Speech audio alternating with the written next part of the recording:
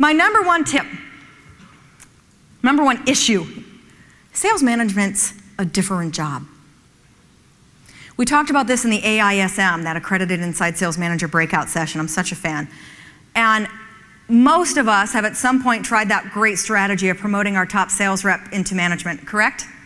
Raise your hand if you've tried that brilliant idea, right? They all want to, whoops, it doesn't exactly work. Some of the best reps actually have to unlearn stuff to be a good manager.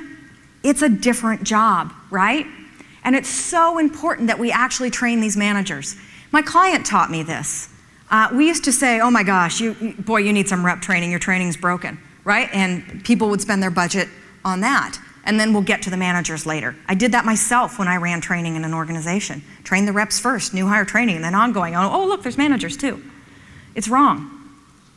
Spend the money and the time and develop your managers first. Why? Number one, people don't quit companies, they quit bosses. Think you have an attrition problem? Maybe take a look at your managers, right? Here's the second reason, span of control.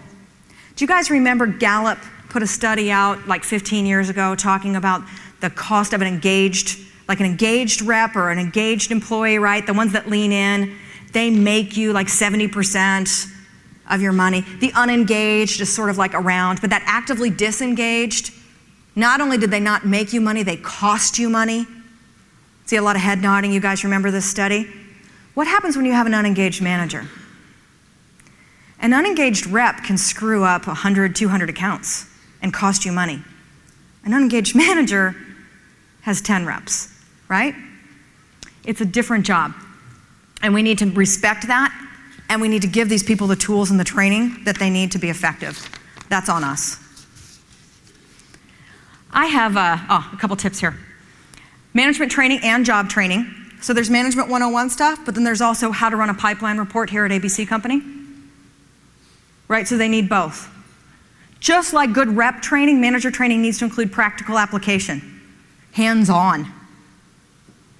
Number three, this is something we adopted at Factor 8 like 5 years ago after learning it the hard way. Every time you teach a rep class on a topic, have a corresponding manager class on that same topic.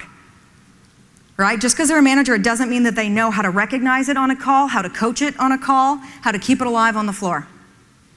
And then my last recommendation is AISM. I really applaud AAISP for creating this for us.